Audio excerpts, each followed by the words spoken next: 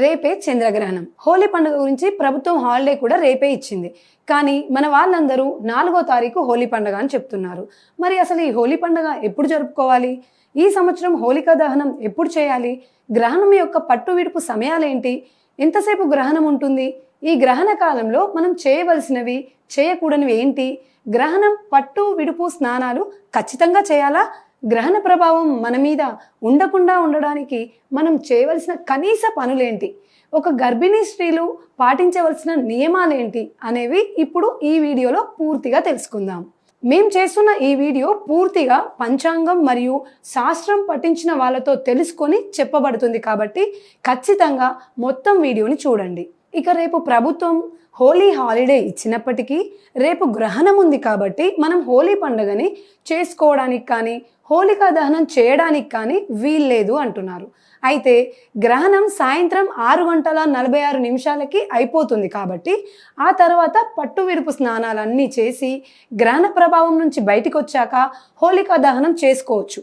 ఇక ఆ హోలికా దహనమైన తెల్లవారుజామున అంటే 4వ తారీఖు హోలీ పండుగను జరుపుకోవచ్చు. ఇక రేపు ఏర్పడనున్న చంద్రగ్రహణం సమయం ఏంటి అనే విషయాలు ఇప్పుడు తెలుసుకుందాం. మధ్యాహ్నం 3:19 స్టార్ట్ అయ్యి సాయంత్రం 6:46 మనకి గ్రహణ కాలం అనేది ముగియనుంది. కానీ పగటి సమయంలో మనకి చంద్రుడు కనిపించడు కాబట్టి చంద్ర ప్రభావం కూడా ఉండదు. కాబట్టి మనకి సాయంత్రం 6 గంటల నుంచి 6:46 వరకు గ్రహణ కాలం ఉంటుంది అని శాస్త్రాలు చెప్తున్నాయి. ఈ గ్రహణ సమయంలో గ్రహణం పట్టు విడుపు స్నానాలు చేయాల్సిన అవసరం ఏంటి అనేది చూస్తే పట్టు స్నానం చేయాల్సిన పని లేదు, కానీ విడుపు స్నానం చేస్తే మంచిది అంటున్నారు. అలాగే మన ఇంట్లో ఉన్న తినుబండారాలపై కొత్త బట్టలు కానీ ధనము కానీ ధాన్యం కానీ ఉంటే వాటిపైన పచ్చటి గరికని వేసుకుంటే మంచిది అని సూచిస్తున్నారు. గ్రహణ సమయంలో ఆహారం వండడం కానీ తినడం కానీ చేయకుండా ఉంటే మంచిది అని చెప్తున్నారు. ఇంకా అప్పటికే వండిన ఆహారం ఏదైనా ఉంటే దానిలో ఖచ్చితంగా పచ్చగడ్డిని అంటే గరకని కొద్దిగా ఉంచాలి అని సూచిస్తున్నారు. గ్రహణ కాలం అయిపోయాక అంటే 6:46 తర్వాత గ్రహణం విడుపు స్నానం చేశాక వంట చేసుకొని తింటే మంచిది అంటున్నారు. అలాగే గ్రహణ కాలంలో దైవారాధన, అమ్మవారి శ్లోక పఠనాలు, శివారాధన అలాంటివి గ్రహణ ప్రభావం లేకుండా చేస్తాయని చెప్తున్నారు. ఇక ఈ చంద్రగ్రహణం పుబ్బా నక్షత్రం సింహరాశి నందు సంభవిస్తుంది కాబట్టి ఈ నక్షత్రం ఈ రాశి వాళ్ళు ఖచ్చితంగా గ్రహణాన్ని చూడకూడదు అని ప్రత్యేకంగా చెప్తున్నారు. ఇక గర్భిణీ స్త్రీల విషయానికి వస్తే ఈ గ్రహణ కాలంలో అస్సలు బయటికి వెళ్ళకూడదు అని ఖచ్చితంగా చెప్తున్నారు. అలాగే మీరు ఉంటున్న రూమ్కి లేదా ఇంట్లోకి గ్రహణం యొక్క కాంతి కానీ డైరెక్ట్గా గ్రహణ కాలం నుంచి వచ్చే గాలిని కానీ మీకు తగలకుండా చూసుకోవాలని మొట్టమొదటిగా మీకు తెలియజేస్తున్నారు.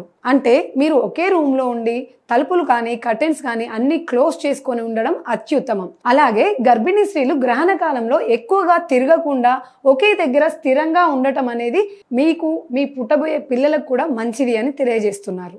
ఇక సింహరాశి వారు పుబ్బా నక్షత్రం వారు మాత్రం ఖచ్చితంగా గ్రహణం ముగిసిన తర్వాత లేదా తెల్లవారుజామునైనా సరే వీలైనప్పుడు దగ్గరలో ఉన్న శివాలయాన్ని సందర్శించి శివ దర్శనం చేసుకోవడం చాలా మంచిదిగా చెప్తున్నారు. శివాలయం లేని వారు మీకు దగ్గరలో ఉన్న ఏ ఆలయంకైనా వెళ్ళవచ్చు. అలాగే వీలైన వాళ్ళు అందరూ కూడా ఖచ్చితంగా గ్రహణ కాలం తర్వాత దైవ దర్శనం చేసుకుంటే గ్రహణ ప్రభావం లేకుండా మంచి జరుగుతుందంట. ఇక దాన ధర్మాల విషయానికి వస్తే మీకు వీలైనంత వరకు బియ్యము, కూరగాయలు, పండ్లు, నల్ల నువ్వులు లేదా తెల్ల నువ్వులు, కందులు ఇలా తినడానికి వీలైంది ఏదైనా సరే పేదవాళ్ళకి పంచిపెట్టడం అనేది చాలా పుణ్య ఫలితాన్ని ఇస్తుంది అని చెప్తున్నారు. ఇవన్నీ ఖచ్చితంగా పాటించాలా? పాటించకపోతే ఏమవుతుంది అని సందేహపడుతున్నారా? అయితే ఈ యొక్క విషయం ఏంటంటే మన పెద్దవాళ్ళు శాస్త్రాలు ఎప్పుడూ ఏదో ఒక రీజన్ లేకుండా ఇలాంటి విషయాలు అస్సలు చెప్పరు. శాస్త్రీయంగా వాళ్ళు చెప్పిన ప్రతి విషయం వెనక సైంటిఫిక్ రీజన్ కూడా ఉంటుంది అని మనం మర్చిపోకూడదు. మనకు తెలియనంత మాత్రాన అది మూఢనమ్మకం కాదు కదండి. వీలైన వాళ్ళు వీలైనంత వరకు పాటించడానికి ప్రయత్నిస్తే మంచి ఫలితాన్ని పొంది నెగటివ్ ఎనర్జీస్కి దూరంగా ఉండొచ్చు. అందరికీ మంచి జరగాలని కోరుకుంటూ మరొక మంచి వీడియోతో మీ ముందుకు వస్తాను.